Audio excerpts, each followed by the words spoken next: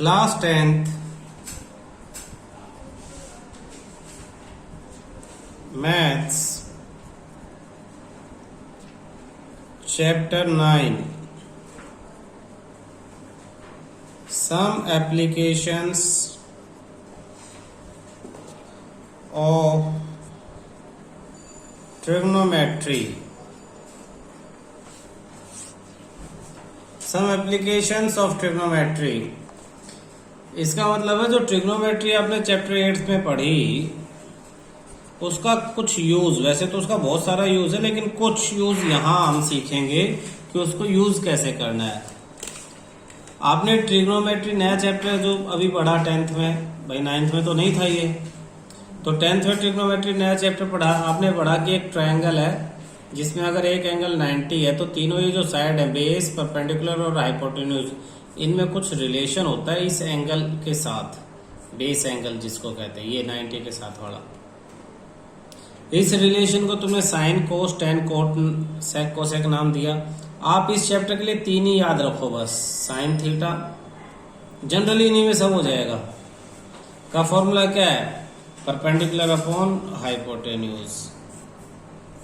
फिर आप याद रखो कोस थीटा, फॉर्मूला क्या है? Base upon hypotenuse.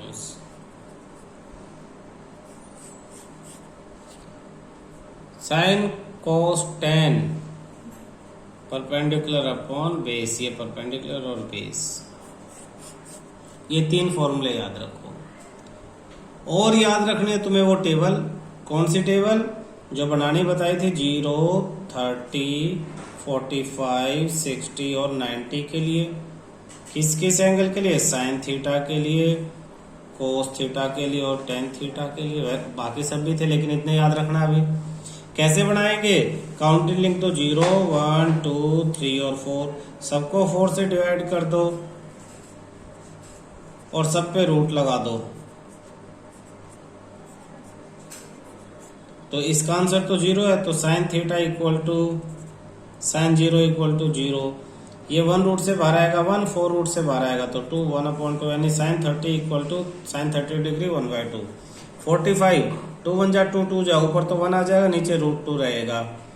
ये √3 ऊपर रूट में ही, नीचे 4 से 2 बाहर आ जाएगा और ये कैंसिल होकर 1 आपका बाहर। कोस थीटा उधर से इधर आते रहेंगे, ये 1, ये √3/2, ये 1/√2 और भाई ये 1/2 और ये 0।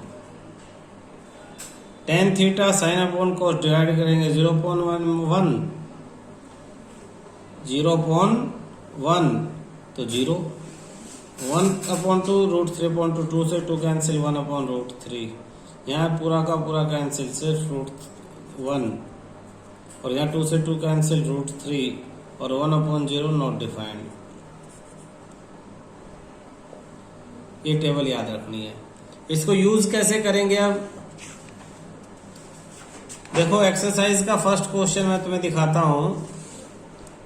एक्सरसाइज के फर्स्ट क्वेश्चन में यहां लिखा है सर्कस आर्टिस्ट, एक सर्कस का लड़का 20 मीटर लॉन्ग रोप पे चढ़ जाता है, which is tightly stretch and tie from the top of vertical pole to the ground. ऊपर ये वर्टिकल पोल है, ये पोल सीधा सीधा यानी ये एंगल 90, ऊपर ए इसका टॉप है। यहां से ऐसे रस्सी खींच के नीचे ग्राउंड सी पे, ग्राउंड पे बांध दी। कितने लंबी रस्सी है? 20 मीटर। क्या कहा है? नॉर्मल लेवल कितना है? 30 डिग्री। यही आपका फिगर इंपॉर्टेंट है। अब इसमें क्या पूछता है? Find the height of the pole if the angle might be hope with which angle made by the rope with the ground level is 30 degree. Find the height, ये height पूछिए pole की।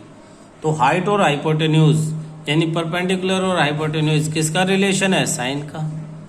कैसे करेंगे देखना। Question first, exercise 9.1। तो हम ये diagram बनाएंगे बेटा, डायग्राम बड़े इंपॉर्टेंट है। ये ए, बी, सी और ये 20 मीटर और ये 30 डिग्री। और ये डायग्राम को लिखना भी पड़ेगा एज इन फिगर, जैसा हमने फिगर में बनाया। ए बी क्या है, A B height of the pole की height.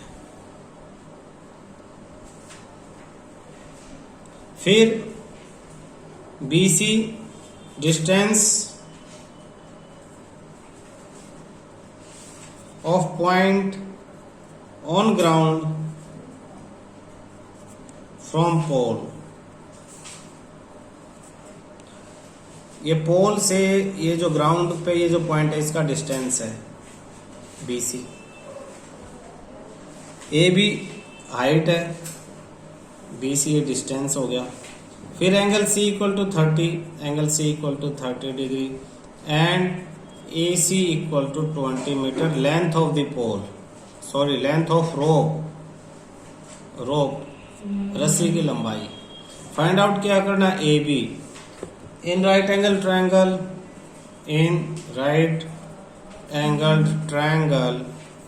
sin theta equal to perpendicular upon hypotenuse, यानी sin 30 equal to perpendicular A B upon hypotenuse A C. sin 30 की वैल्यू 1/2 इंटू ये ए सी हो जाएगा multiply equal to A B. A C की value क्या है 20, तो 20 upon √2 equal to A B. तो ए बी की वैल्यू 10, इसे कैंसिल करेंगे 20 को 10 इंटू 2 से √2 कैंसिल ऊपर √2, 10 √2 मीटर आ जाएगा, 10 √2 मीटर। अगर पॉइंट में लिखना है तो आपको √2 को पॉइंट में कन्वर्ट करो, 1.414 मल्टीप्लाई 10 तो 14.14 मीटर आपका आंसर आ गया है। क्लियर है। एक्सरसाइज 9.1 क्वेश्चन 2 क्या कहता है, देखो पढ़ो।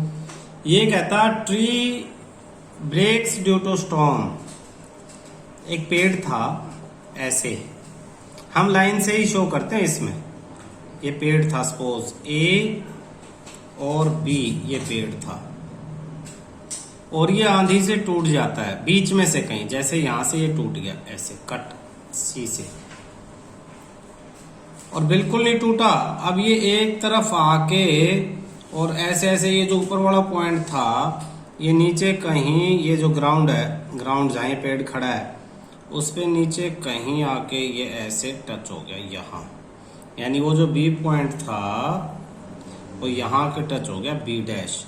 ये पेड़ अब ऐसे पड़ा हुआ है टेढ़ा, तुम्हें थोड़ा सा अंदाजा लग गया होगा। और कहता है कि ये जो ग्राउंड पे टच हुआ है ये ग्राउंड के साथ 30 डिग्री का एंगल बना रहा है। फिर ये कहता है जो फुट है, ये वाली हिस्सा foot of the tree to the point जहां पे टच हुआ है, इन दोनों के बीच का जो डिस्टेंस है वो 8 मीटर है। Find the height of the tree. ये पेड़ एक्चुअल में कितना बड़ा था, यानी ये आपको फाइंड आउट करनी है हाइट एक्चुअल। तो लेट करके हम इसकी स्टेटमेंट लिखते हैं पहले। लेट यहां साइड में लिखते हैं फिगर के, let A B height of actual tree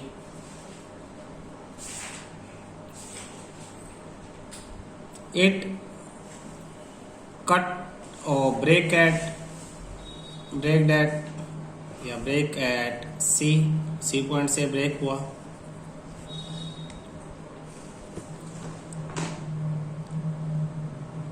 and B touches at ground at point, touches the ground at point B dash. ये B जो है B डैश पे ग्राउंड पे आकर टच हो जाता है। Now A B equal to A C plus B dash C. ये पूरा ए बी ये पूरा ए बी ये वाला किसके इक्वल है, इस ए सी और प्लस ये इसके इक्वल है ना। इन दोनों को जोड़ देंगे तो ये आ जाएगा।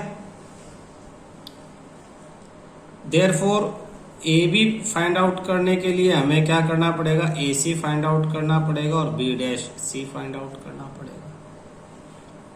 ये ए सी ये निकालना पड़ेगा और ये निकालना पड़ेगा, इन दोनों को प्लस कर देंगे तो पूरा ए बी आ जाएगा। आपको सिर्फ बेस पता है तो बेस और परपेंडिकुलर का कौन सा फॉर्मूला है, 10 in right angled triangle A B dash C tan theta equal to perpendicular upon base, therefore tan 30 equal to perpendicular A C upon base A B dash. तो tan 30 की value और tan 30 की value होती है 1/√3 equal to A C की value पता ही नहीं और A B dash 8 cross multiply हो जाएगा तो A C equal to 8/√3 metre. A C की वैल्यू आ गया आपके पास 8/√3 मीटर। इसके बाद 10 हाइपोटेन्यूज चाहिए और हमारे पास बेस पड़ा हुआ है, base upon hypotenuse cos theta, cos theta equal to base upon hypotenuse, therefore cos theta यानी 30 degree base 8 hypotenuse B dash C. cos 30 की value √3/2, √3/2 equal to 8 B dash C. B dash C उधर root इधर और 2 उधर तो B dash C is equal to 8 × 2/√3। B dash C equal to 16/√3 metre. हमें क्या चाहिए यहाँ कर लेते हैं। Now A C A B equal to A C plus B dash C. A C की वैल्यू क्या आई थी 8/√3, बी डैश सी की 16/√3, √3 एलसीएम 8 + 16 24/√3 रैशनलाइज √3 से मल्टीप्लाई √3 से डिवाइड 24 √3/3 × 3 3 √3 × √3 3 3 8 जा 24 यानी 8√3 metre. Therefore height of tree was 8√3 metre. ये आपका आंसर है। क्लियर है। क्वेश्चन 3 में देखना, ये कहता है कि एक constructor plan to install 2 slides एक नाम आया इसमें स्लाइड्स। वो बच्चे झूलते हैं ना ऐसे ऐसे, वो सीढ़ियां वीडियां चढ़ के ऐसे ऊपर जाते हैं, फिर ऊपर से वो ऐसे फिसल के नीचे आ जाते हैं, तो इन्हें स्लाइड कहते हैं। बचपन में सब झूले होंगे। अब कह रहा है ऐसी ऐसी 2 स्लाइड हैं। एक तो जो 5 साल से नीचे बिलो 5 ईयर 5 साल से नीचे के बच्चों के लिए, ठीक है। तो 5 साल से नीचे के बच्चों के लिए वो चाह रहा है कि भाई हाइट 1.5 मीटर ही हो, ज्यादा ऊंची ना हो, एंड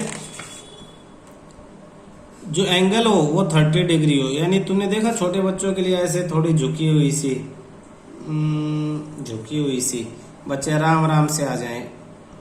ये 30 डिग्री और ये 1.5 मीटर, ये पॉइंट ए, ये बी और ये सी। ये फर्स्ट है बिलो 5 ईयर के लिए। और दूसरी बड़ी बच्चों के लिए उसकी हाइट को कर दिया 3 मीटर, हाइट कर दी बड़े बच्चों की 3 मीटर पी और क्यू, और एंगल कर दिया 60 डिग्री। और ये 60 डिग्री का आपको एंगल कर दिया आर, ये 3 मीटर है। ये सेकंड है फॉर बड़े बच्चों के लिए। फिर कहता है what should be the length of slide in each case. तो फर्स्ट केस में ये BC को पूछ रहा है और सेकंड में QR को, लेंथ ऑफ स्लाइड, ये स्लाइड की लेंथ कितनी है। तो बहुत सिंपल है। हाइपोटेन्यूज पूछ रहा है, परपेंडिकुलर दिया हुआ साइन लग जाएगा।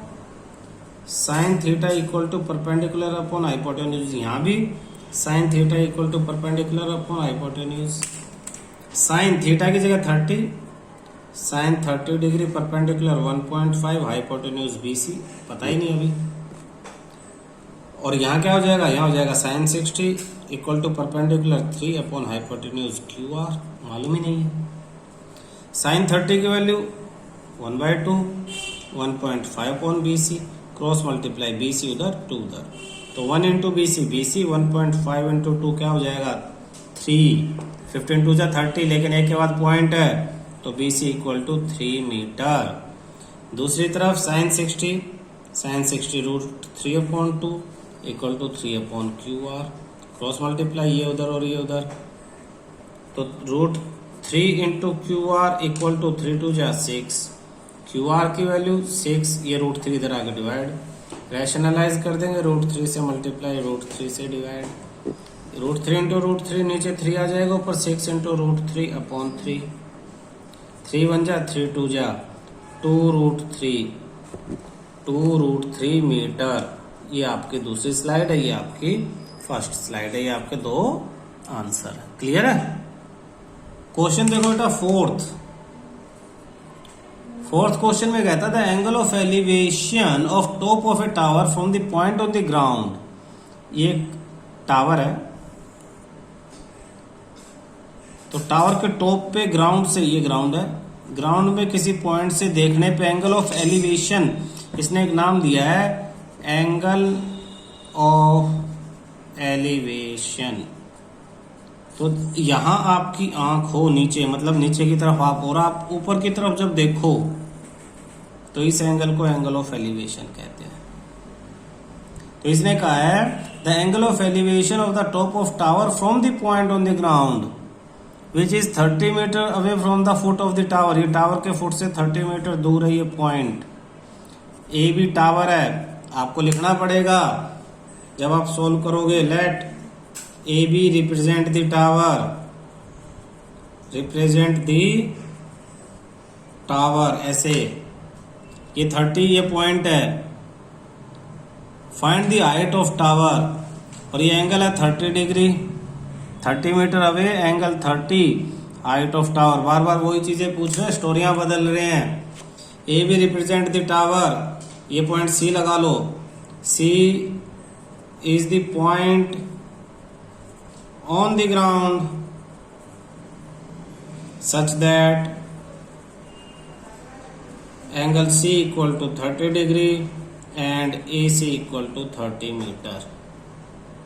नाउ पूछा क्या है, हाइट ऑफ टावर AB, ये आपसे पूछा है। बेस और परपेंडिकुलर का सीन है, तो tan theta in triangle BAC, tan theta perpendicular upon hypotenuse, therefore tan 30 degree equal to AB upon AC। Value रख दो, परपेंडिकुलर अपॉन बेस ही लिखना था, AB अपॉन AC। तो tan 30 की वैल्यू 1/√3, AB की वैल्यू मालूम ही नहीं, लेकिन AC की 30 पता, 30 इधर जाके मल्टीप्लाई, तो 30 upon √3 equal to AB। Rationalise कर दो इसको, देयरफॉर AB इक्वल टू, कैसे रैशनलाइज करेंगे, अपॉन में √3 है तो √3 से मल्टीप्लाई, √3 से डिवाइड, इसी को रैशनलाइजेशन कहते हैं। ऊपर हो गया 30 √3, नीचे √3 इंटू √3, 3 से कैंसिल, 10, तो tan √3 मीटर, ये आपका आंसर है। क्लोजिंग स्टेटमेंट लिख दो, height of the tower is, therefore height of tower is tan √3 metre, ये आपका आंसर है।